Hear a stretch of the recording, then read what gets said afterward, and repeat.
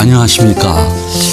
이번 주가 사실은 이제 14주 차에 들어가는데 마지막 주입니다. 우리 동영상 강의로서는 마지막 주인데, 여러분들 제가 여기 제목을 악몽, 불안 그리고 반복 강박이라고 이렇게 하고서 여러분들에게 나눠드린 그런 강의로 PPT는 불안부터 이렇게 했습니다. 이게 쭉 정리를 했는데, 제가 지금 갑자기 생각이 조금 바뀌었어요.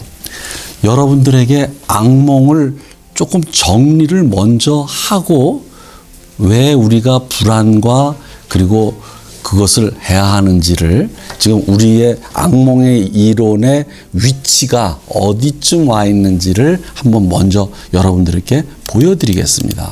이제 우리가 전반기는 소원 성취의 꿈에 대해서 했고, 이제 후반부에 하면서 악몽을 했습니다. 그랬을 때 제가 무엇이냐면 지붕 위의 기병의 두 꿈을 가지고 하나는 소원 성취의 꿈이고 하나는 악몽이었어요.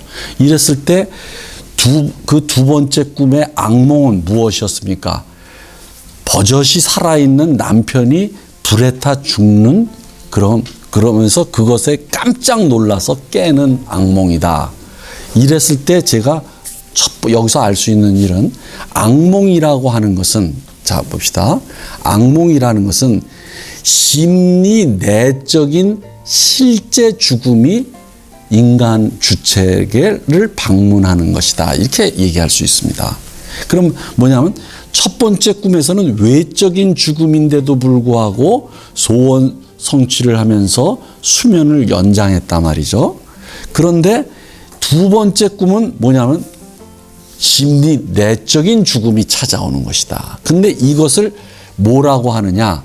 여러분들 저번에 얘기했죠? 지난 시간에 리얼리티와 다른, 리얼리티는 외적 현실이고 그것과 대립되는 심리 내적인 현실, 심리 내적인 죽음의 현실, 이것을 더 리얼이라고 한다 했습니다. 그러니까 심리 내적인 더 리얼로서의 실제 죽음이 방문하는 것이다. 이렇게 되는 거예요. 그럼 두 번째 단계는, 그래서 두 번째 여러분들한테 제가 증명을 해 보였습니다. 무엇이냐면 인간의 심리 속에는 이러한 심리 내적인 실제 죽음을 향한 경향이 있다라는 것을 여러분들한테 증명해 보였습니다. 그래서 이 도표를 기억하시죠? 그러니까 무엇이냐면 거식증과 대식증을 이용해서 우리는 쾌락 원칙은 작은 진폭의 상한선과 하한선 내에서 자극을 최소화하려는 움직임이고, 그것을 넘어서는 큰 진폭의 상한선과 하한선이 있는데, 이것은 쾌락 원칙과 진짜 죽음의 경계지대에 있는 이런 것이다. 경계지대. 여기가 바로 향락의 지대로서 죽음의 지대다. 이렇게 말씀을 드린 적이 있어요. 그러면서 쾌락은 바로 무엇이에요? 쾌락 원칙은 그래서 무엇이냐면은 뭐라 그럴까? 죽음에 대한, 심리 내적인 죽음에 대한 일종의 방어막이다. 보호막이다. 그런데 악몽은 이 보호막을 뚫고 들어오는 것이다. 죽음이, 심리 내적인 죽음이 그냥 뭐냐면 뚫고 심리 안으로 들어오는 것이다. 그러면서 황폐화시키는 것이다. 그랬다. 그죠? 그런데 그럼 그것이 어떻게 뚫리냐? 이런 얘기예요. 어떻게 뚫리냐 하는 것을 이제 보았을 때는 무엇이냐면 영화 301, 302에서 보았듯이 트라우마는 쾌락 원칙의 보호막을 깨뜨리며 심리를 황폐화한다는 것을 우리는 보았습니다. 영화 301, 302에서. 그런데 그것을 여러분들이 알다시피 그걸 어떻게 알 수 있느냐 하면, 자 봅시다. 이게 트라우마의 정의 자체가 심리장치의 허용 한계를 넘어서는 자극의 쇄도로 특징 지어지는 사건이에요. 그러니까 그러면 심리장치 허용 한계라는 건 뭐냐면 이게 바로 심리보호막인데, 이 심리보호막이 바로 쾌락 원칙으로 되어 있는 보호막이에요. 근데 요것에서는 저항력이 있는데 요것을 넘어서는 충격을 주는 사건을 트라우마라고 합니다. 그러면 이것에 깨진다 이거지. 이게 깨지면서 쾌락 원칙의 보호막이 깨지면서 심리를 황폐화시킨다. 그러면서 한계를 넘어가게 되는 것이다. 경계를. 자, 그러면 이번에는 이제 하나 더 나갑시다. 그런데 이러한 301, 302에서 보다시피 뭐냐면 우리는 이것을 그럼 트라우마의 아주 대표적인 예인 무엇이에요? 대구 지하철 참사를 통해서 이게 한번 트라우마를 공부해 보자 이렇게 됐습니다. 그랬더니 거기서 우리가 알게 된 것은 트라우마가 직접적으로 뭐냐면 그 보호막을 뚫고서 곧바로 PTSD를 일으키는 것이 아니라 무엇이냐면은 이 트라우마가 기억에 기록되었다가 나중에 그 기억이 되살아나면서 생각나면서 트라우마의 기억이 생각나면서 그때의 실제 했던 죽음이 뭐냐면 증상으로 찾아오더라. 요것을 뭐라고 그랬습니까? 사후작용이라고 얘기를 했습니다. 사후작용. 바로 요겁니다. 여러분들 이 도표 기억하시죠? 그래서 이 황모 군은 대참사가 있었던 트라우마에 그때 증상이 나타나는 게 아니라 2차 시기에 극장에 갔을 때 이 대참사의 상황과 비슷한 깜깜한 극장 안에서 갑자기 그 깜깜한 걸 보았더니 매연으로 가득 차고 불이 하나도 없이 깜깜했던 대참사 현장이 기억나면서 이때 환청이 들리고 숨이 막히더라 이렇게 되는 겁니다. 이게 사후작용이. 근데 군대를 갔다가 다시 또 이게 나흘만 하다가 군대 가서 화생방 훈련해서 다시 또 기억나면서 증상이 점점 심해지더라 이렇게 되는 거예요. 그러니까 따라서 우리는 어떻게 되느냐 하면은 PTSD라고 하는 것이 생기려면 우리는 두 시기가 돼야 되는데 하나가 경험의 시기, 그 다음에 또 다른 하나가 기억의 시기예요. 그래서 이 경험의 시기가 나중에 기억의 2차 시기에 의해서 이 기억이 떠오르면서 증상이 발생한다. 소급적으로 됐어요. 요 작용입니다. 그렇다면 이렇게 되는 거예요. 그렇다면 어떻게 이제 얘기가 되느냐 하면은 이 부분을 한번 봅시다. 그렇다면 PTSD에 걸리지 않은, 그러니까 뭐냐면 대구 지하철 참사에 노출되지 않은 사람, 그리고 아주 뽀시랍게 자라서 어렸을 적에 아주 그런 충격적인 사건 같은 사고가 없었던 꼬마들이 악몽을 꾼다는 거예요. 그건 어떻게 설명할 거냐 하는 겁니다. 어떻게 설명할 거냐? 트라우마가 없는데도 악몽이 이제 된다 이거죠. 악몽이 그러면 그것은 그 악몽은 어떻게 설명할 것이냐 하는 문제가 남습니다. 그러면 요번에는 이것을 설명하기 위해서는 우리는 무엇을 가정했느냐면 원회상을 가정을 했습니다. 원회상. 그러니까 원초적으로 인간은 태어나면서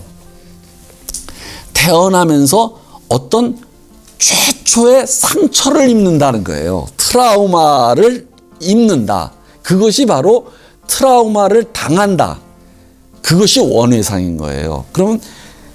그런데 그 원회상 때문에 악몽을 꾸게 된다. 이렇게 이제 우리가 가정을 할 수가 있다라는 겁니다.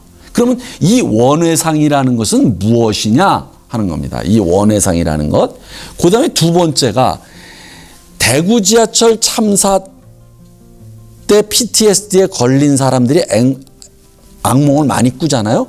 근데 그 사람들조차도 이 최초의 원회상이 그 사람들에게 없었던 것이 아니라 그 사람들도 무엇이냐면 대참사의 그러니까 아주 정말 끔찍한 상황에 그런 트라우마를 당했을 때 동시에 이 원회상을 다시 깨어내면서 원회상과 이 나중에 대참사가 서로 공명을 일으키는 것이다. 대참사의 트라우마가.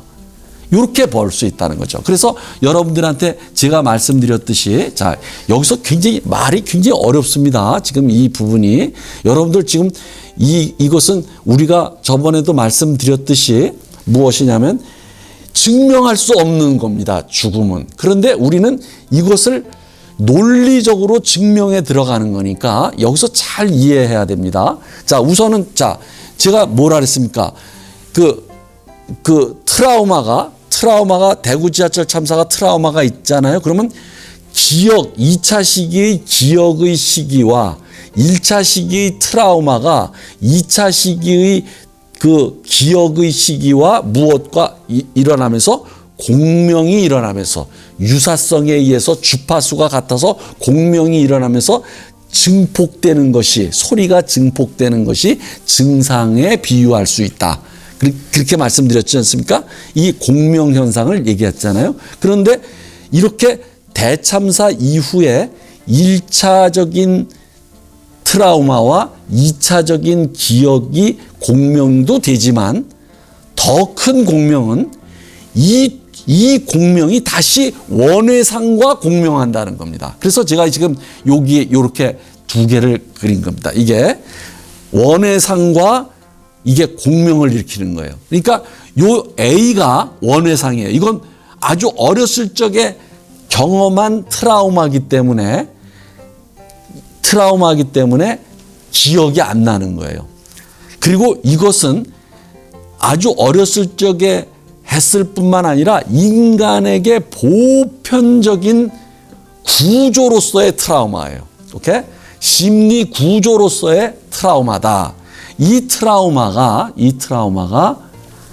뭐냐면 사후에 나중에 성장하면서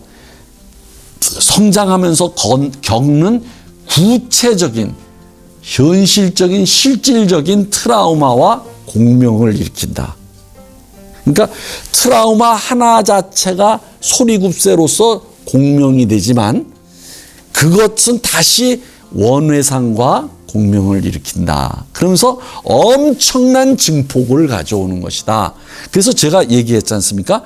트라우마의 도미노 현상이다. 이렇게. 그러면서 이 도미노 현상은 과거의 원회상을 깨운다. 그런데 이 과거의 원회상이야말로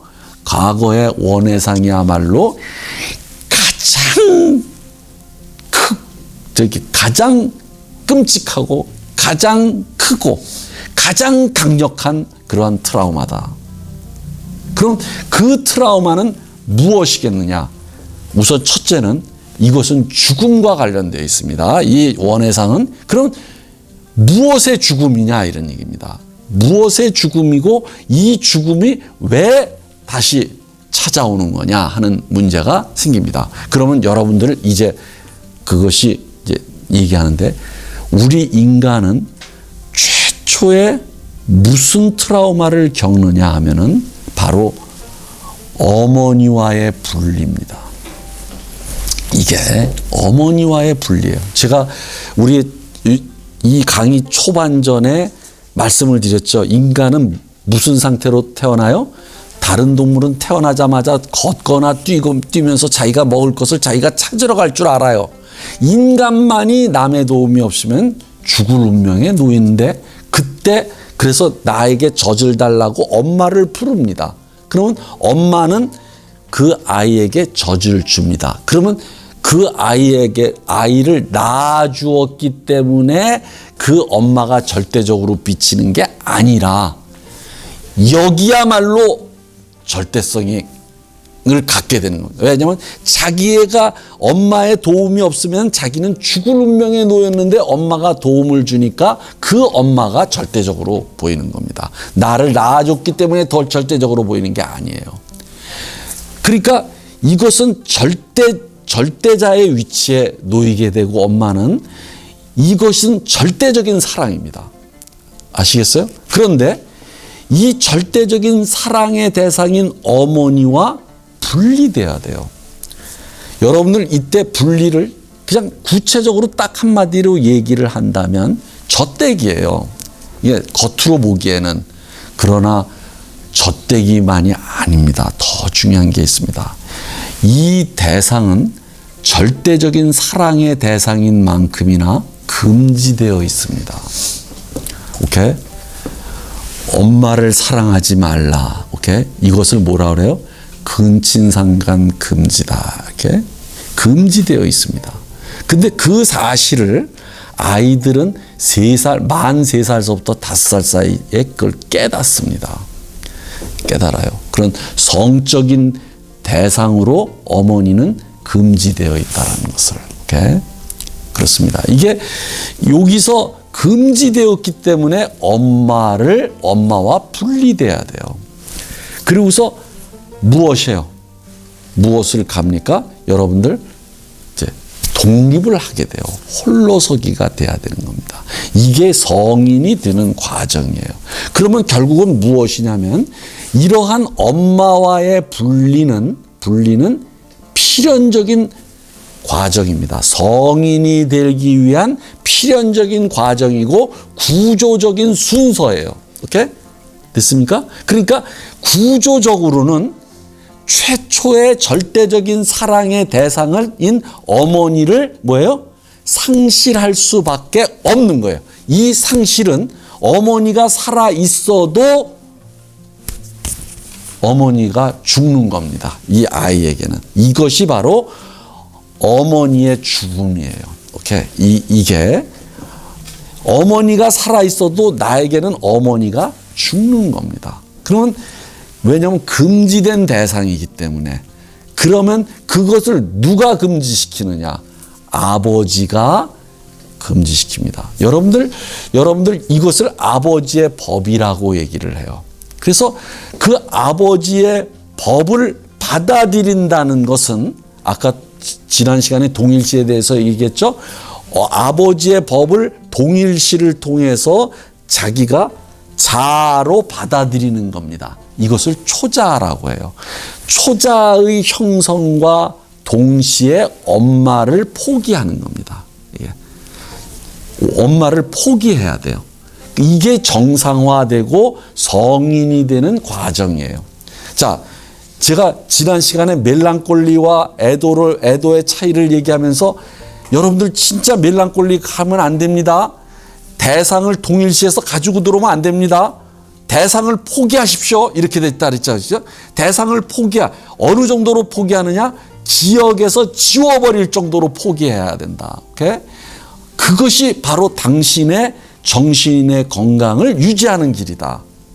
이거죠. 그러니까 어머니를 포기하는 것이 이게 정상화되는 거야. 그럼 어머니를 포기한다는 것은 무슨 말이냐? 아버지의 법을 자기 자신으로 받아들여서 초자를 형성해서 그 초자에 의해서 어머니를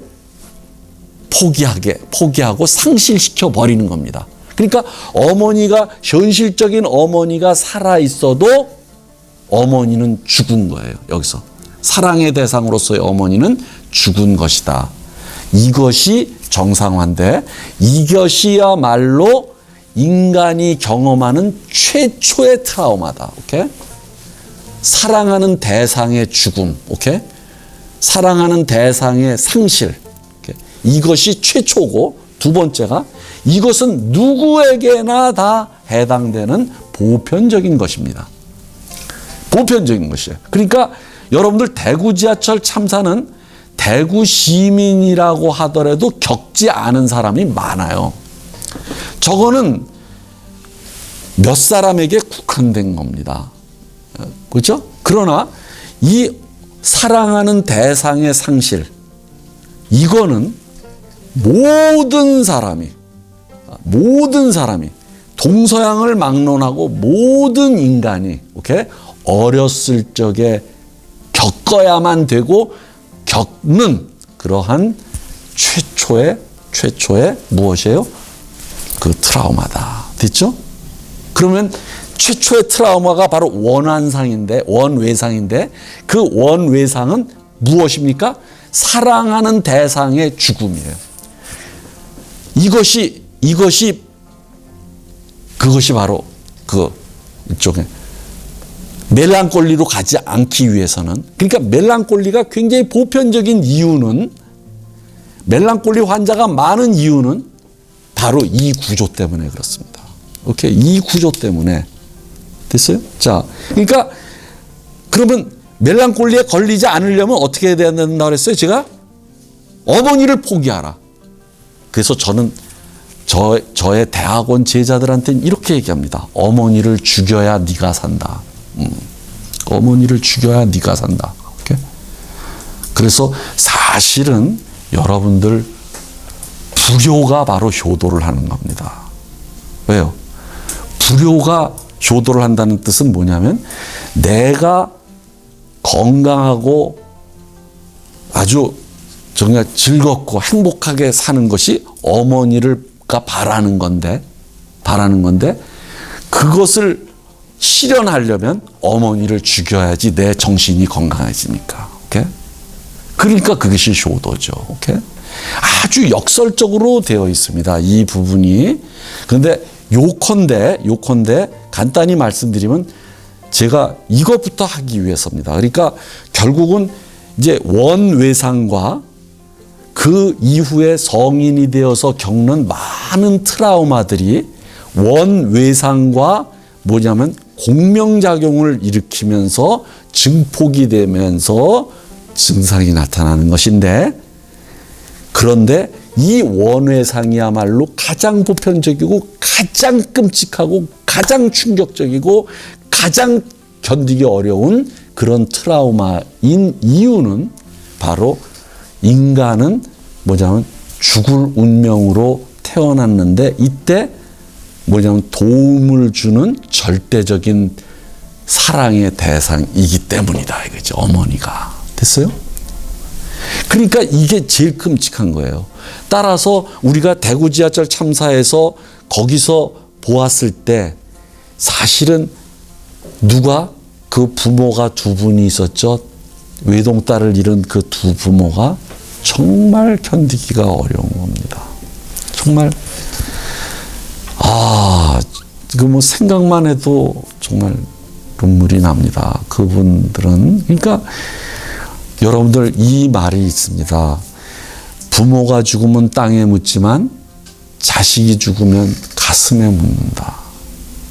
그래서 논어에서 보면은 공자님이 뭐라고 말씀하셨냐면 가장 큰 불효는 부모보다 먼저 죽는 거예요.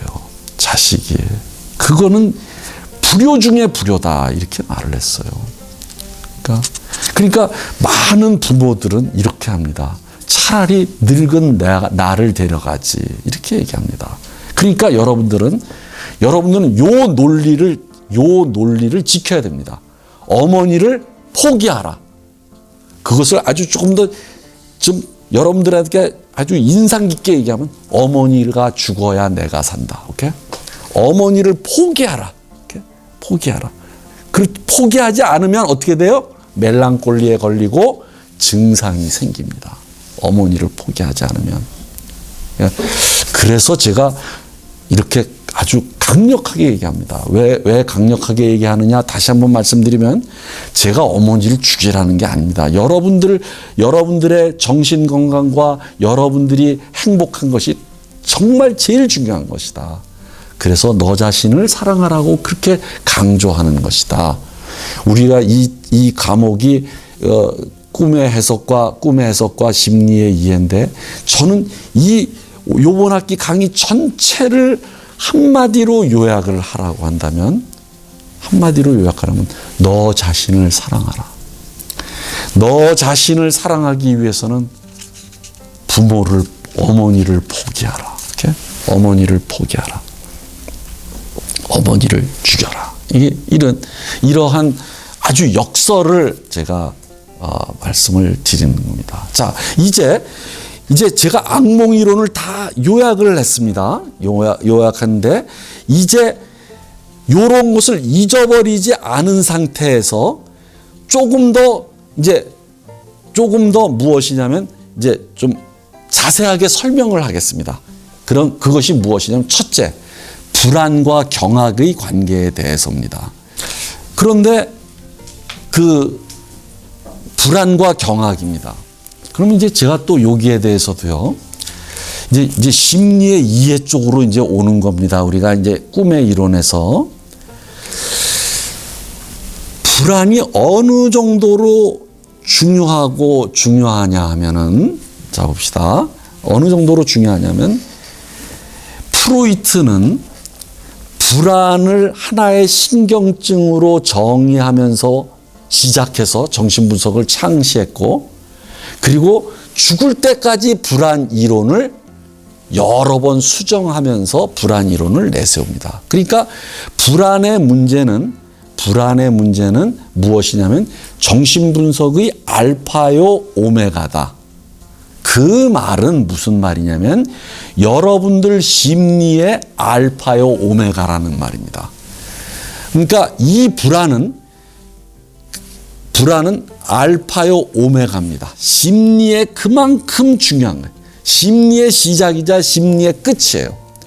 그래서 저는 저한테 정신분석을 배우는 대학원생 제자들한테 얘기하는 것 중에 정신분석이 가르쳐준 가장 중요한 두 용어가 있다.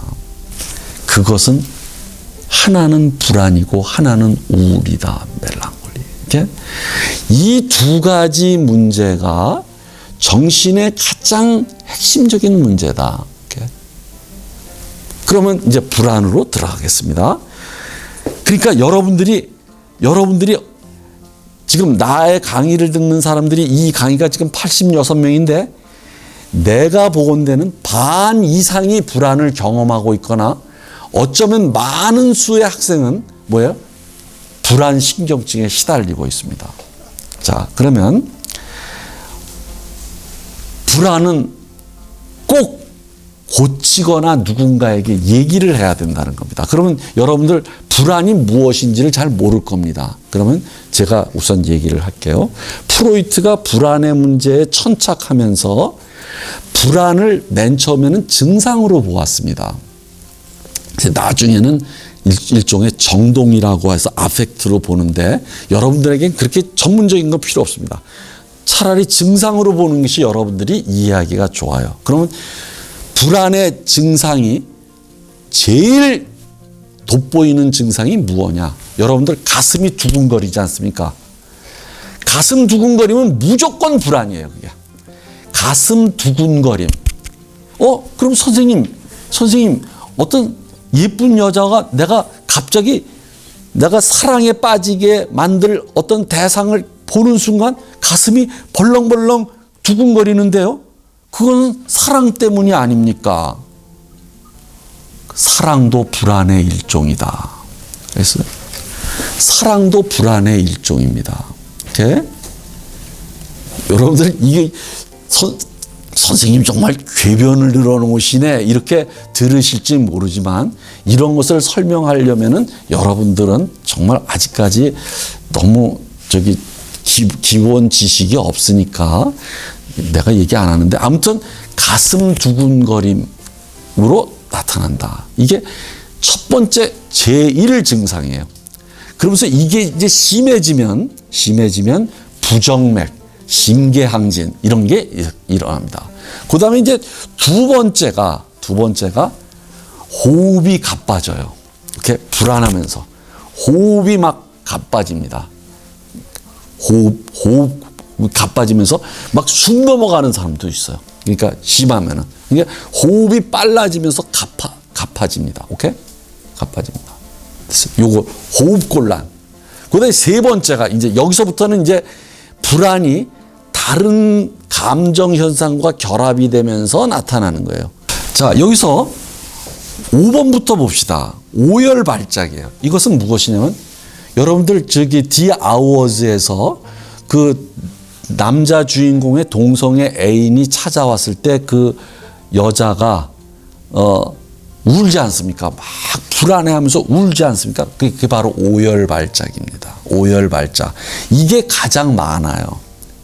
그래서 저한테 치료받았던 어떤 분은 자동차를 몰고 가다가 자가용을 몰고 가다가 불안이 엄습하면은 차를 옆에다 세워놓고 4시간을 울은 적이 있다고 합니다. 4시간을 막 엉엉 운다. 또 하나가 있습니다. 여기 3번. 식은땀이 막 흐르는 사람이 있어요. 이걸 발한 발작이라고 해요.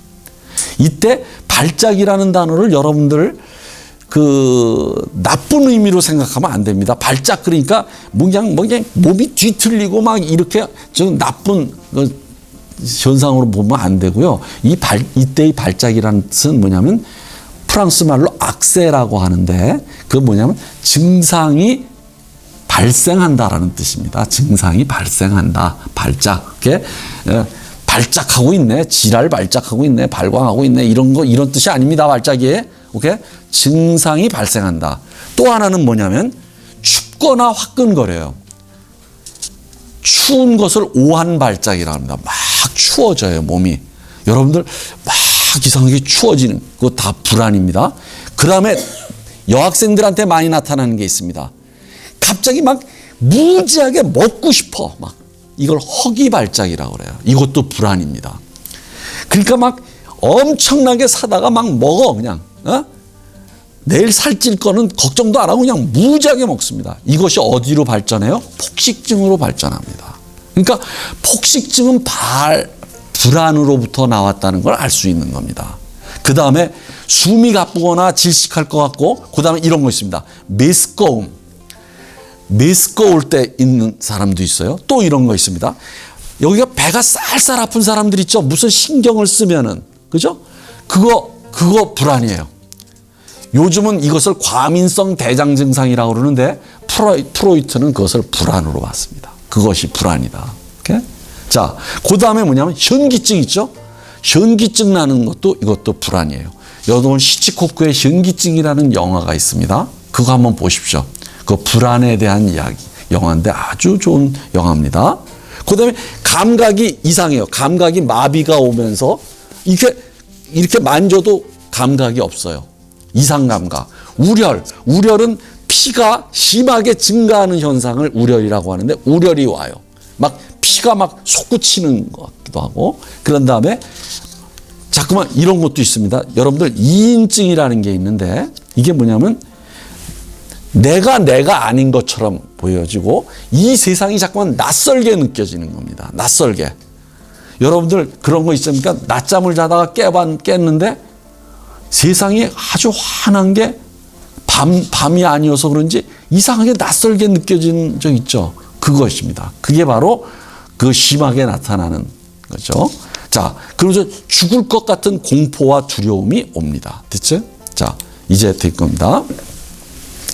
지금부터 이게 증상을 쫙 나열했는데 여기서 여러분들이 생각하기에 내가 저기에 해당된다. 그럼 그거 다 불안입니다. 그런데 가장 중요한 것은 두근거림이 가장 출발점이에요. 두근거림.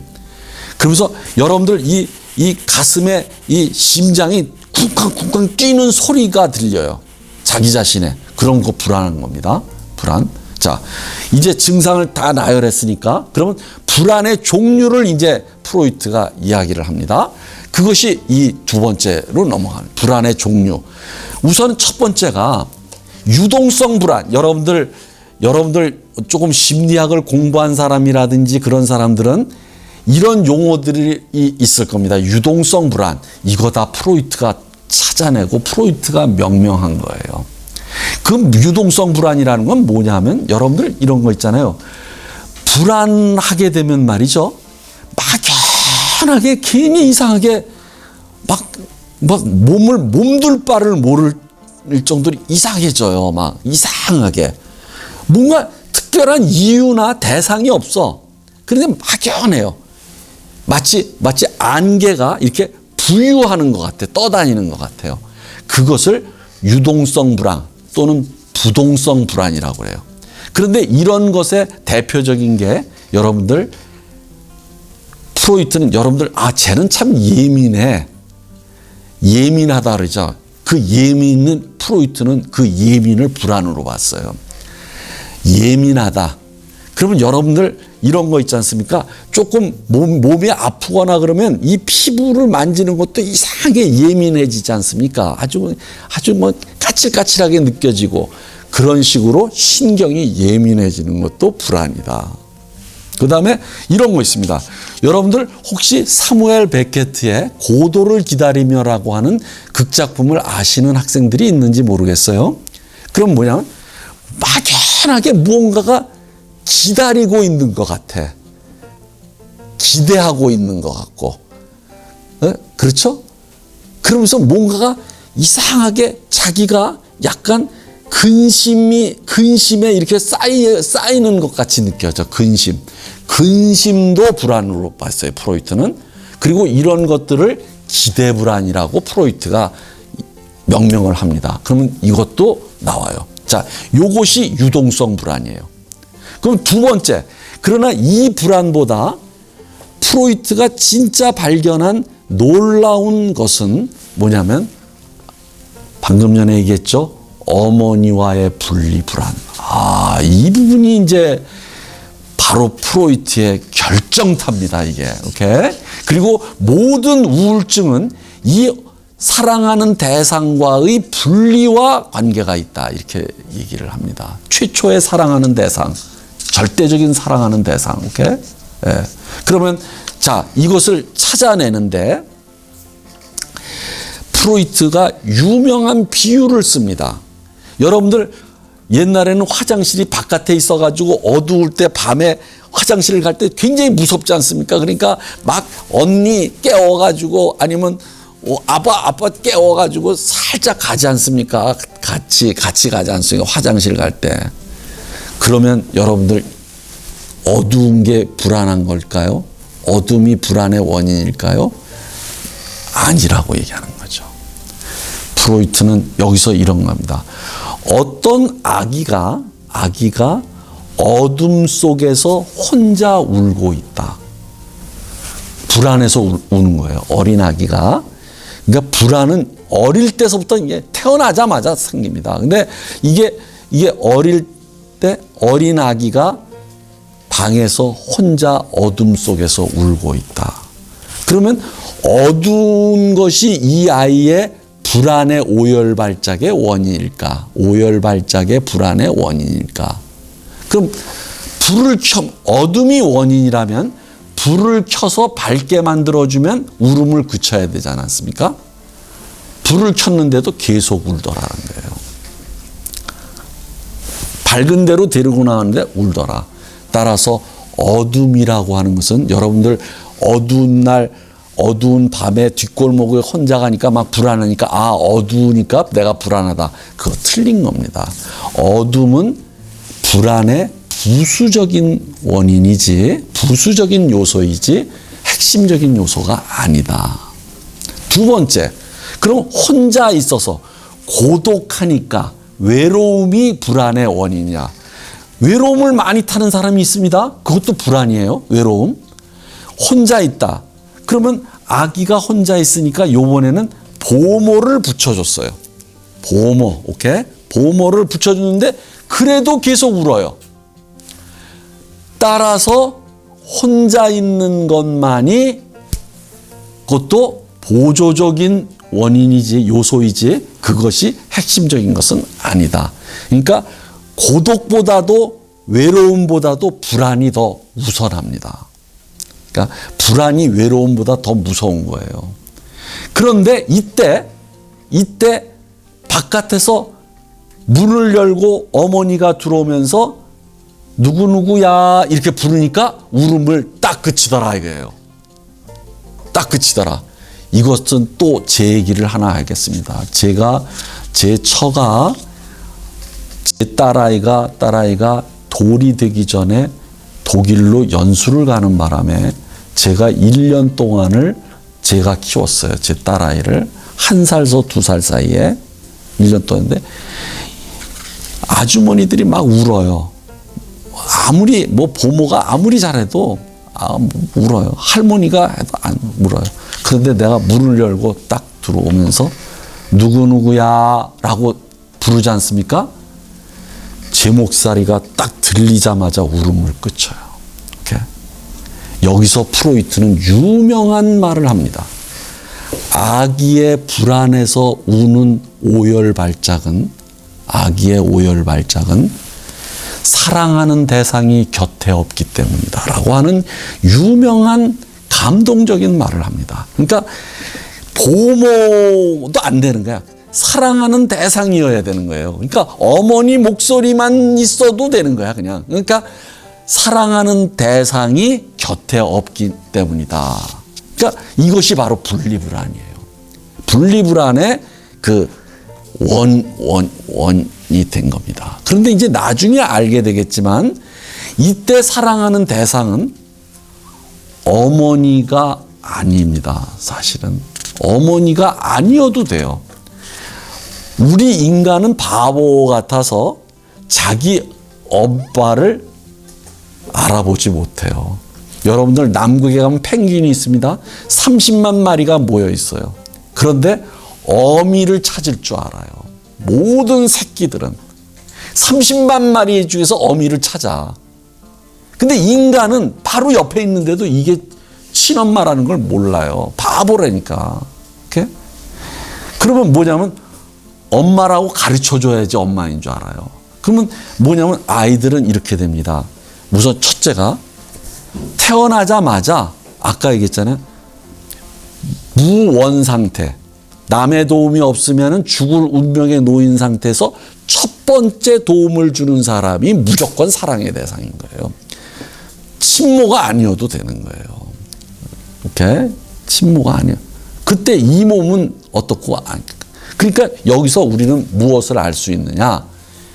어머니와 사랑하는 대상은 일치하지 않습니다. 이 사랑하는 대상이라고 하는 것은 뭐냐면은 그 현실적인 어머니와 어머니가 아닙니다. 달라요. 이것은 구조적으로 발생하는 대상이다. 됐어요? 그래서 여러분들 여기 유시화라는 시인이 이런 시기절을 썼습니다. 그대가 곁에 있어도 그대가 그립습니다. 그럼 여기서 이걸 이렇게 바꾸면 된다. 어머니가 옆에 있어도 어머니가 그립습니다. 이렇게 되는 거예요. 그러면 뭐냐면 옆에 있는 어머니, 곁에 있는 어머니는 현실적인 육체적인 어머니고, 오케이? 그리운 어머니는 뭐예요? 구조적으로 사랑의 대상인 겁니다. 여기에. 그 사랑의 대상의 대행자 노릇을 어머니가 하는 거예요. 오케이? 대행자 노릇을. 자, 됐습니까? 자, 이제 또 나갑시다. 여기서 이제 분리불안을 이제 알게 됐어요. 그러면서 계속 연구하는데 여러분들 신호불안이라는 걸 찾아내요. 신호불안이라는 것. 이건 무엇이냐 하면은 신호불안이라는 것은 여러분들 어떤 위험이 막 다가오는 것이 예를 들어서 여러분들한테 내가 야구공을 여러분들 면전을 향해서 던졌다고 했습시다. 어떤 돌 같은 걸 던졌다 그럽시다. 그러면 이게 날아오면서 갑자기 위험이 느껴지면서 뭐냐면 살짝 불안해집니다. 이것을 뭐냐면 프로이트가 위험 앞에 위험한 현실 앞의 불안이라고 하면서 불안인데 이때의 불안은 뭐냐면 그 위험을 신호로서 알리는 불안이다. 그러니까 위험의 신호로서의 불안이다. 이게 신호불안이라고 얘기를 합니다. 그러니까 위험이 다가온다는 신호로서의 불안이다. 그런데 이거 말고 자동불안이라는 게 있습니다. 자동불안이라는 건 뭐냐면 위험한 순간에 딱 놓였어요. 딱 놓였는데 갑자기 그냥 깜짝 놀라지 않습니까, 여러분들? 그러니까 뒤에서 뭐가 쿵 하는 소리 나면 깜짝 놀라지 않습니까? 깜짝 놀라는 것이 바로 불안 플러스 놀람입니다. 요게 바로 경악이에요. 경악. 그러니까 아까는 위험이 다가온다는 신호로서의 불안이었는데 요번은 뭐냐면 그것 없이 갑자기 사건이 내 뒤에서 뒤에서 일어날 때 자동적으로 계속 깜짝 놀라면서 불안한 거예요. 그래서 자동 불안은 경악과 같은 개념입니다. 자동 불안은 나중에 자동 불안이라고 말을 하는 거죠. 그러면 여기서 무엇을 알 수 있느냐 하면은 경악도 불안의 일종이다라는 겁니다. 자, 이제 진짜가 5번입니다. 이제 5번이 무엇이냐면은 아기들이 엄마라는 사랑하는 대상과 분리되었기 때문에 불안하지 않습니까? 그런데 아이가 자라면서 무슨 불안을 느끼냐면 거세 불안을 느낍니다. 이 거세 불안이란 건 무엇이냐면 잘 봅시다. 아까 사랑하는 대상이 금지되었다 그랬지 않습니까? 금지된 대상이라고 했죠. 포기해야 됩니다. 근친상간적 대상이에요. 그런 근친상간적 대상을 라쇼즈라고 이야기한다. 큰 사물이라고 이야기를 한다고 했는데 그것은 포기해야 됩니다. 그러면 여러분들 이렇게 돼요. 엄마와 분리불안을 느끼는 것은 잘 들으셔야 됩니다. 지난 시간에도 제가 말씀을 드렸듯이 뭐냐면 엄마와 분리되기 때문에 불안한 것이 아니라 뭐냐면 엄마를 포기하지 않기 때문에 불안한 것이다. 엄마를 포기해서 엄마와 완전하게 분리되지 않기 때문에 불안한 것이다. 요것을 초자 앞의 양심 불안이라고 합니다. 초자 앞의 양심 불안. 아까 말씀드렸지 않습니까? 아버지의 법을 받아들여서 초자를 형성하면서 금지된 근친상간의 대상인 어머니를 포기하는 것. 이것이 심리가 정상화되고 동시에 무엇이에요? 이것이 성인이 되는 과정이라고 여러분들께 말씀을 드렸습니다. 그랬어요? 그래서 제가 어느 정도까지 얘기했어요? 멜랑콜리 할 때 어머니를 죽여야 너희들이 정신적으로 건강하다. 이렇게까지 말씀을 드렸습니다. 어머니를 포기해야지. 자, 그러니까 사랑하는 대상을 포기해야 된다. 그것은 동시동작입니다. 아버지의 법을 받아들여서 초자를 형성하는 것과 어머니를 포기한 사랑의 대상을 포기하는 것과 동시에 일어납니다. 그러니까 프로이트가 진짜 발견한 것은 이거예요. 이거. 그러니까 여러분들 심리학적으로는 엄마와의 분리불안을 가장 많이 얘기할 겁니다. 그러나 프로이트는 그것을 발견해낸 다음에 진짜를 발견해내는데 그게 바로 이거 초자 앞에서의 불안이에요. 그러면 왜 거세 불안이냐? 네가 엄마를 포기하지 않으면 너 불알 잘라버린다. 이게 바로 거세 불안입니다. 오케이? 불알 잘라버린다. 이렇게 되는 겁니다. 이게 처벌로서의 거세예요. 처벌로서의 거세. 요런 것이 바로 정상화 과정에서 당연히 일어나는 이거야말로 불안의 핵심이다. 이렇게 됩니다. 자, 우리가 여기까지 했는데 다음 시간에는 불안을 조금 더 공포와 경악과의 관계에서 이야기를 하면서 나중에 그러면 어머니의 죽음이라는 것은 대체 무엇이고 악몽은 왜 반복되는가 하는 것을 마지막 시간에 여러분들과 포르투다 놀이라는 게 있는데 그 놀이를 통해서 한번 여러분들과 공부를 같이 해보겠습니다. 마지막 시간을 기대해 주시기 바랍니다. 감사합니다.